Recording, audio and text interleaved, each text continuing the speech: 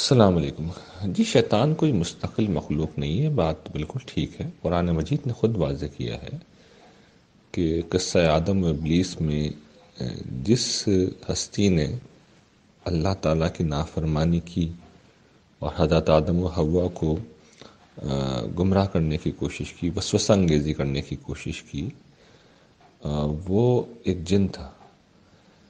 لفظ شیطان کا لفظی مطلب ہوتا ہے کہ جو اللہ کی رحمت سے دور کر دیا گیا ہو، اللہ کی رحمت سے دور کر دیا گیا ہو، یا پھر یہ اس کا مطلب یہ بھی ہوتا ہے کہ وہ شخص یا وہ ہستی جو سرکش ہو، جو حد سے بڑھ رہا ہو، تو متمرد شخص کو بھی یہ کہا جاتا ہے۔ تو شیطان یعنی ابلیس جو جن تھا، اس میں دونوں خصوصیات جمع ہو گئی تھی۔ اس نے نافرمانی کی، حد سے بڑھ گیا، وہ سرکش ہو گیا وہ، اور نتیجتاً اللہ تعالیٰ کی رحمت سے دور کر دیا گیا۔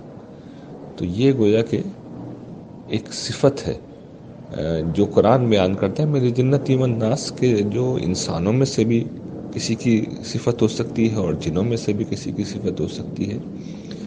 تو یہ لفظ اصلاً ایک کیٹیگری کا بیان کرتا ہے، یہ کوئی مستقل مخلوق نہیں ہے۔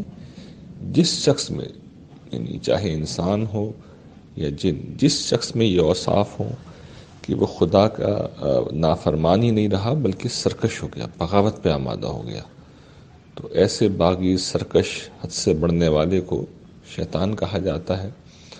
اور پھر ظاہر ہے کہ اس میں نتیجہ یہ بھی نکلتا ہے کہ وہ خدا کی رحمت سے اور ہر خیر سے ہمیشہ کے لیے دور ہو جاتا ہے۔ تو قصہ آدم و ابلیس اپنی جگہ بالکل ٹھیک ہے، اور ابلیس کا جنت سے نکالا جانا وہ بھی قرآن نے بالکل واضح کر دیا۔ میرا نہیں خیال کہ اس قصے میں کوئی اشکال ہے، وہ تو قرآن میں پورا بیان ہوا ہے۔ شیطان کے بارے میں غلط فہمی ہوتی ہے، وہ میں نے کوشش کی ہے کہ دور کر دو۔ بہت شکریہ۔